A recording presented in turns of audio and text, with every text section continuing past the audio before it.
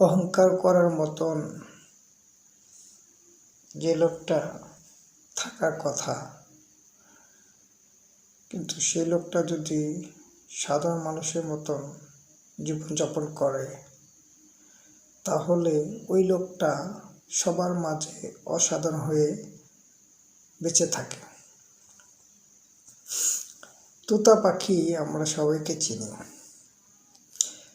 তোতা পাখি সবসময় কথা বলে বেশি, চিল্লাপাল্লা করে বেশি। আর ঈগল পাখি কথা বলে কম, চিল্লাপাল্লি করে কম, বাট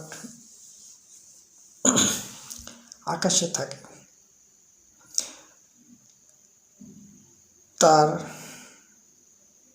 কার্যকলাপ বিশাল,